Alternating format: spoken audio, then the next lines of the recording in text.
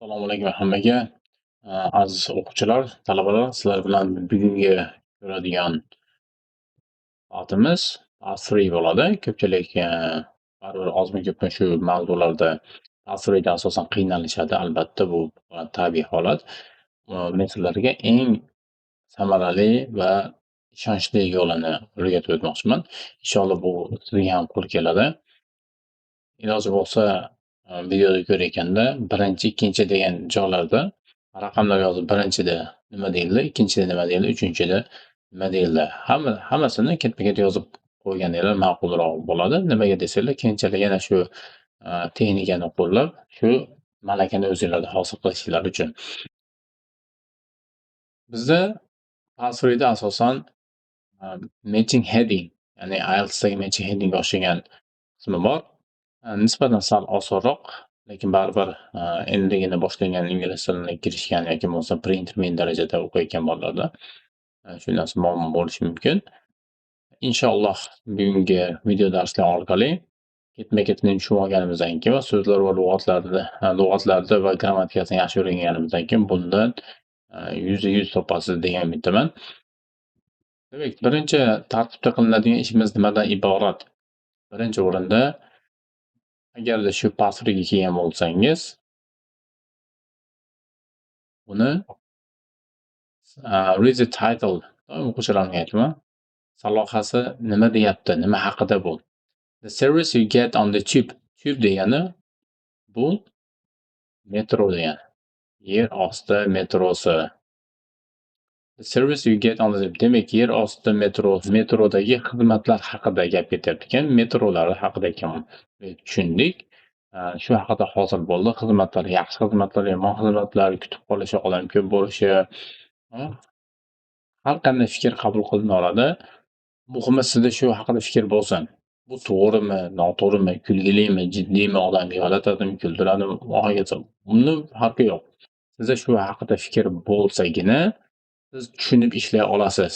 Tushunish muhimmi? Albatta juda ham muhim. %100 topish uchun lavhasini o'qiganingizda sizda shu haqida tushuncha hosil bo'lsa, shu tushuncha hosil bo'lgan narsaga asoslanib o'zingizni o'qiyotganingizda hosil bo'lgan tushunchalarni o'zaro moslab ishlaganingiz osonroq bo'ladi. Mavhum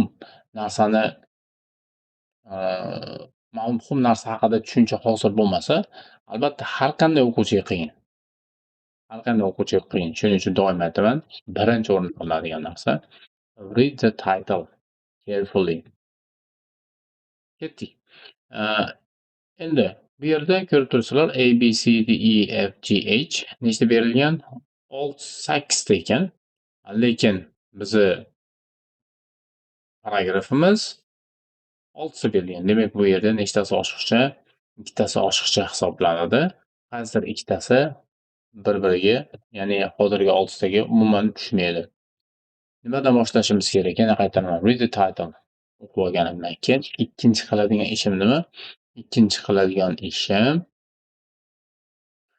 mana bu headinglarni o'qib chiqishim kerak va shu haqida tasavvur hosil qilishim kerak. Nima bu readinglar nima ma'noni bildiryapti? Misol uchun poor announcement. Poor announcement degani yomon e'lon qilish, ya'ni sifatsiz e'lon. Demak, bilamizki, metrolarda yoki bo'lmasam yerosti metrolarda asosan har qanday o'zgarishlarni radio orqali eshittirishadi. Demak, shu radio uzellari yoki bo'lmasa e'lon qilayotgan apparatlar, ekvipunmentlari nosoz, ishdan chiqqan. Ishlamayapti degan ma'noda yoki odamlar aytilayotgan narsalar deyarli eshitmaydi. Deyarli eshitmaydi deganda eshitadi, lekin anglab yetmaydi. Nima uchun? Chunki bu yerda qaytadan ta'minlash bo'lmagan yoki eskirib qolgan. Demak, e'lon qilish haqida gap ketyapti. Dirty and outdated. Toza emas va outdated, eskirgan. Demak, metroni oladigan bo'lsak, metrolar tozalanmaydi, hech kim qaramaydi, har xil joylarda axlatlar ko'rish mumkin. Outdated degan eskirib ketgan, eshiklari yaxshi emas, tushib ketganga o'xshaydi, o'rindiqlarni ham remont qilishmagan, ba'zi bir o'rindiqlarda o'tiradigan joyni o'zi yo'q, tikka turib ketadigan bo'lsa, ushlaydigan joyi yo'q, odamlar qiynaladi. Tushunarli bu. See, passengers opinions count. Passengers degani shu qatnovchi insonlarning fikrlari hisobga olinadi. Ya'ni hisobga olingan, hisobga olinadi, so'ralgan, so'roq-savol qilingan. Nima deb o'ylaysiz? Bu metroni qanday rivojlantirsak bo'ladi? Bu metro haqida fikringiz nima? Yaxshi deb o'ylaysizmi, yomon deb o'ylaysizmi? Yaxshi taraflari nima, yomon taraflari nima deb bu haqida odamlardan so'ragan. The occasion users. Occasion users degani juda kamdan kam foydalanuvchilar demoqchi. Nimani? Metrodan. Aytaylik, haftada 1 marta yoki 2 marta yoki bozor kunlari foydalanuvchilarga nisbatan aytilyapti occasional users. All crowded. Odamlar ko'payib ketgan. Ya'ni kutilgandan ko'ra, o'ylangandan ko'ra ko'p. Endi bilamizki, metrolarda peak time'lar bor. Aytaylik, ertamangi 8 yoki bo'lmasa kech paytgi 5 larda insonlar eng ko'p metroga chiqadigan vaqt hisoblanadi. Chunki ular ishga ketyapti, ishdan qaytayotgan bo'ladi. Ishga ketyapti, ishdan qaytyapti. Demak, shu holatda o'zi aslida aytaylik, metrolar har bitta kabinasini hisobga oladigan bo'lsak, aytaylik 50 ta odam maksimum sig'dirib oladigan bo'lsa, demak, bu kabinalarga 50 ta emas, 60 ta, 70 ta, 80 ta odam chiqayotgan bo'lishi mumkin. Ya'ni normadan oshib ketgan. Tushunarli? Waste of time. Vaqtning behuda sarflanishi. Endi bu vaqtning behuda sarflanishi nimaga bog'liq bo'lishi mumkin? Insonlar vaqtini bekorga o'tkazyapti yoki ko'p kutib qolyapti. Uni o'rniga taksilar ketgan ma'qul, chunki metro bir joydan ikkinchi joyga o'ta ko'p vaqtni olyapti. Yoki bo'lmasa metroda ketayotgan odamlar hech narsa qilmayapti. Shu orqali vaqti unumsiz ketyapti. Uni o'rniga tezlik bilan ishlarni bitirganimiz ma'qul. Kutib o'tirgan odamlar ham bekorchilik bilan shug'ullanish yoki bo'lmasa internetdan ko'p foydalanib qo'yapti va hokazo. Shunga o'xshagan g'oyalar. Bu aytayotgan g'oyalarning birontasi haqiqat bo'lishi shart emas. Muhimi, men shu haqida nimadir hosil bo'ldi. Unreliable, ishonib bo'lmaydigan. Demak, unreliable, ishonib bo'lmaydigan odamlar chiqsa xavfli, yarim yo'lda to'xtab qoladi va manziliga vaqtida yetib bormaydi, kechikib qoladi. Yoki odamlar metroda kutib, oshiqcha ko'p vaqt kutib qoladi. Aytaylik, soat 8 da kelish kerak bo'lgan metro 8 da emas, 8:20, 8:30, 9 da kelyapti.